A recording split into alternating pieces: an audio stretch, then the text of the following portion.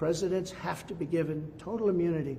They have to be allowed to do their job. The Supreme Court partially siding with former President Donald Trump in his ongoing January 6th case, ruling that former presidents are entitled to some immunity from prosecution for official actions, but not for private conduct. In the 6-3 opinion, Chief Justice John Roberts, writing for the majority, at least with respect to the president's exercise of his core constitutional powers, this immunity must be absolute. The president enjoys no immunity for his unofficial acts, and not everything the president does is official. The president is not above the law. The High Court, though, leaving it up to lower courts to determine which actions are official and therefore immune. Roberts writing other allegations, such as those involving Trump's interactions with the vice president, state officials, and certain private parties, and his comments to the general public, present more difficult questions. Meaning District Court Judge Tanya Chutkan, who is overseeing Trump's January 6th case, will need to decide whether Trump's pressure campaign to get Vice President Pence. If Mike Pence does the right thing, we win the election.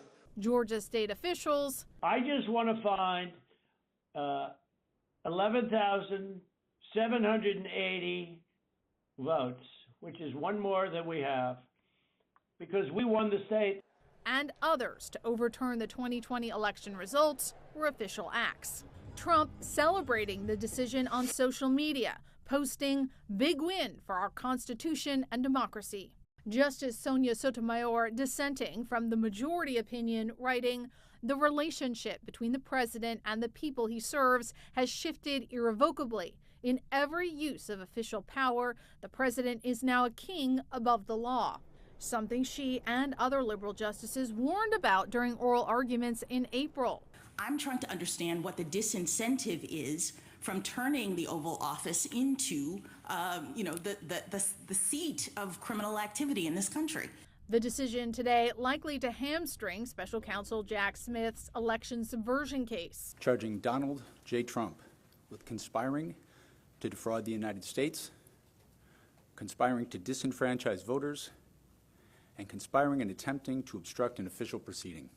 Roberts making clear in his majority opinion that Trump's discussions with Justice Department officials and his official conversations with the then vice president are immune. And in another blow for Smith, Roberts says Trump's official acts cannot be considered even as evidence at trial. A trial in this case, though, now highly unlikely before the November election.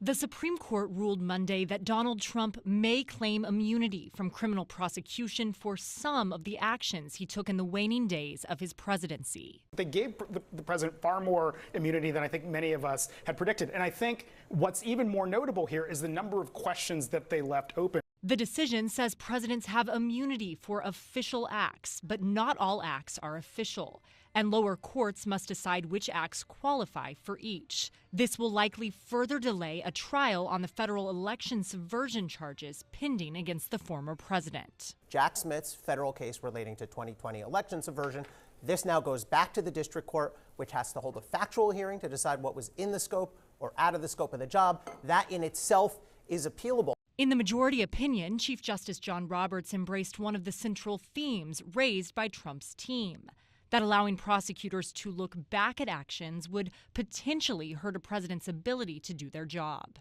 The decision was 6-3 along conservative liberal lines. Justice Sonia Sotomayor did not hold back in her dissent, writing that the ruling could lead to nightmare scenarios. Let the president violate the law. Let him exploit the trappings of his office for personal gain. Let him use his official power for evil ends.